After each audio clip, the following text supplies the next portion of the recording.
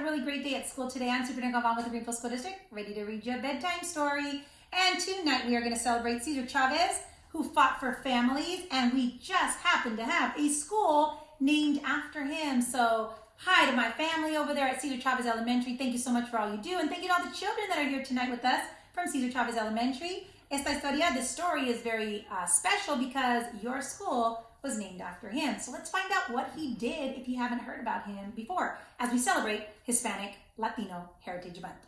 Hola comunidad de Greenfield, soy Superintendent Galvan aquí con ustedes leyendo más historias del sitio escolar de Greenfield, y esta noche vamos a celebrar Cesar Chavez, un hombre feroz que hizo muchas cosas para la comunidad y las personas que trabajan en la agrícola.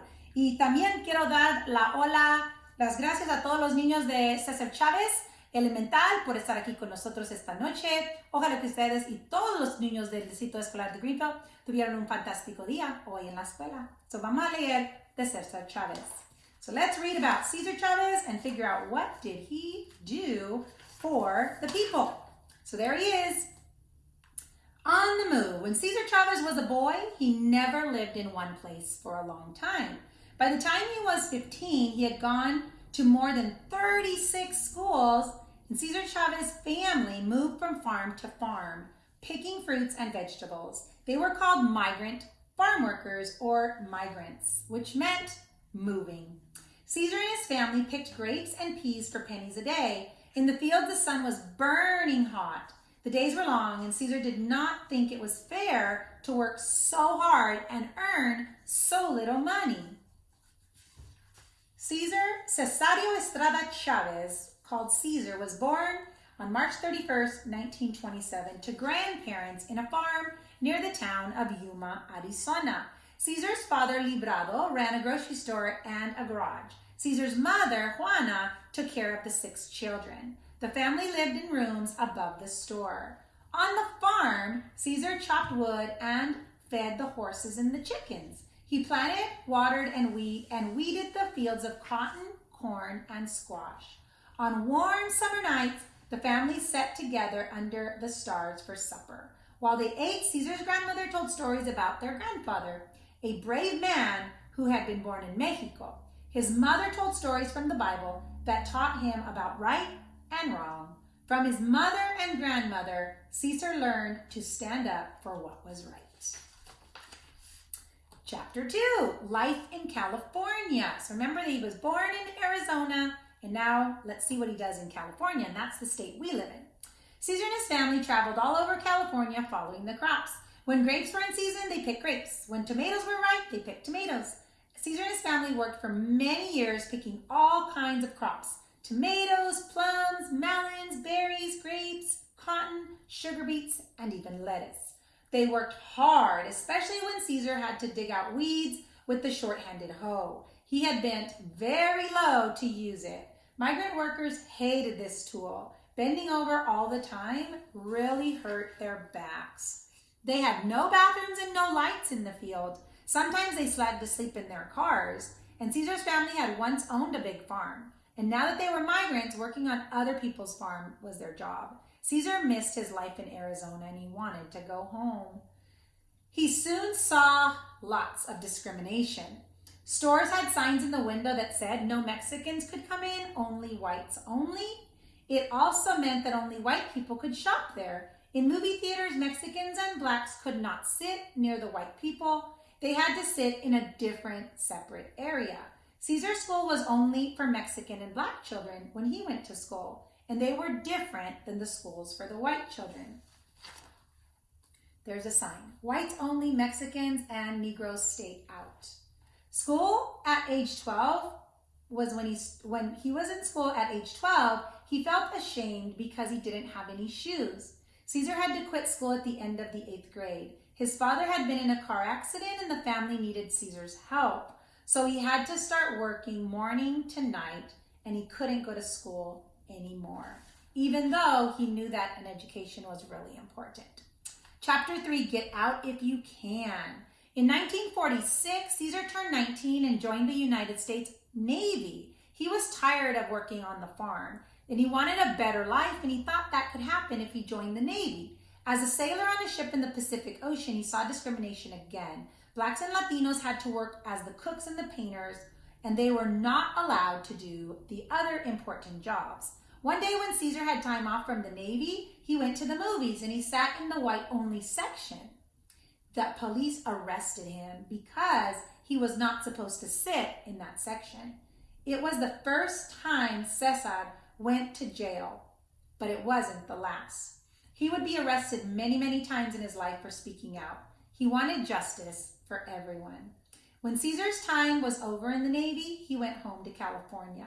Cesar married a lady named Helen Favela in 1948, and they moved to a neighborhood in San Jose. That's not very far from us, called Sal Si Puedes, get out if you can. Like Cesar, Helen was a migrant field worker, a farm worker who dreamed of a better life. Cesar wanted to help people with their problems, so in 1952, he stopped working in the fields and he got a job as a community service worker. Working there, he would go door to door to talk to people about voting and what was important to changing the laws. Cesar and Helen had also taught people how to read and write, and some of their neighbors from Mexico would come to their house so they could teach them. Cesar never forgot what it was like to be a farm worker out in the fields all day. In 1962, he decided to follow his dream of helping the farm workers. So he and Helen and their 8 children decided to help and start a community service organization. And they moved from San Jose, California to Delano, California. Delano is in the Central Valley. Huelga strike, that's chapter 4. Cesar believed that people had more power working in groups than they did if they were alone. So he started a union for migrant field workers. A union is a group of people who work together to solve problems. Migrants, they had many problems. In the fields, they had no clean water to drink, no restrooms, they couldn't go to the bathroom, and they had to work really long hours with only pennies for money. Cesar learned about important leaders like Mahatma Gandhi in India, Martin Luther King, and others, and they didn't believe in violence. Instead, they wanted to use peaceful marching to change the laws. On September 8th of 1965, the Filipino grape pickers went on strike. This means that they walked out of the vineyards where they were working and said they were not going to work anymore until the laws were changed. The police said they were making too much noise, and some people were arrested for screaming the word huelga, which is just a Spanish word for strike. Cesar used a loudspeaker to ask the migrants in the field to stop working and to join the strike. And so that's when he became and started the NFWA, the National Farm Workers Association.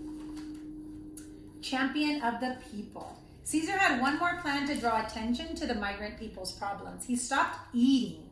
This is called fasting or a hunger strike. Cesar was showing everyone that he was ready to take a risk with his own life just to save the farm workers. He did not eat for 25 days, and many people heard about Cesar's hunger strike. They joined the boycott and stopped buying grapes. Don't buy California grapes, they would say. California finally said yes to Cesar's union, and in 1970, the owners agreed to treat their workers fairly and give them more pay. In 1975, California passed a law against the short-handed hoe. This terrible tool would no longer be used in the fields because it was hurting people's backs. In 1980, Cesar began to worry about pesticides. Those are poisons that are sprayed on the fields that might kill the insects, but it hurts people. Cesar went into action. Once again, Cesar asked people everywhere to boycott those grapes, and he started another fast, and he did not eat for this time 36 days. Cesar was right about the pesticides, and it would hurt a lot of people, so the government started changing the laws.